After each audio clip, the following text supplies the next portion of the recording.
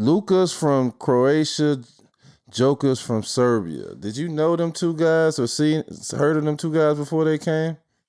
So I'm not too young, man. You like I wasn't that tapped in. It's way too especially young.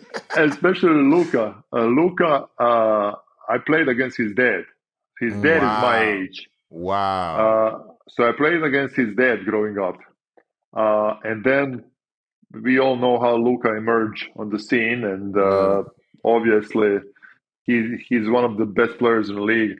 Jokic was not known in Europe. He played in this small club in Serbia, and he's one of those guys that did not care. I don't know. You probably have seen the footage. Yeah. Uh, he was one of those guys, like he's like, so I just love to play the game, and whatever happens, happens. And credit to Denver, they drafted him in second round, Yeah. and who I mean, One of Got the a best championship and bigs two ever. MVPs from. and One of the now best and players now it's ever. and now those two guys have ruined all my beliefs all these years that I've believed that you have to be athletic, you have to be fast, you have to Killed be that. this. Yeah, now all of that, all these two guys have like Threw all that out the window. exactly.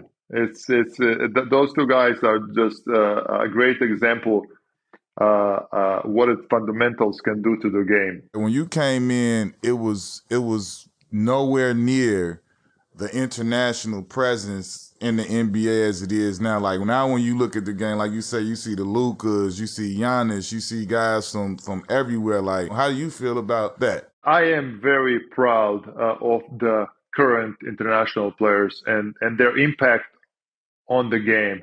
But I have to go back. All of the guys that came in late 80s, in Yeah, 89, 88, it was tough. I mean, they did not believe in international players. right. Rightfully so, for whatever reason. Game was different. It was more physical. It was more athletic. And even when I came, it was like a different wave of international players that we had to earn. It doesn't matter what you have done in Europe. Like nobody cared. Yeah, nope.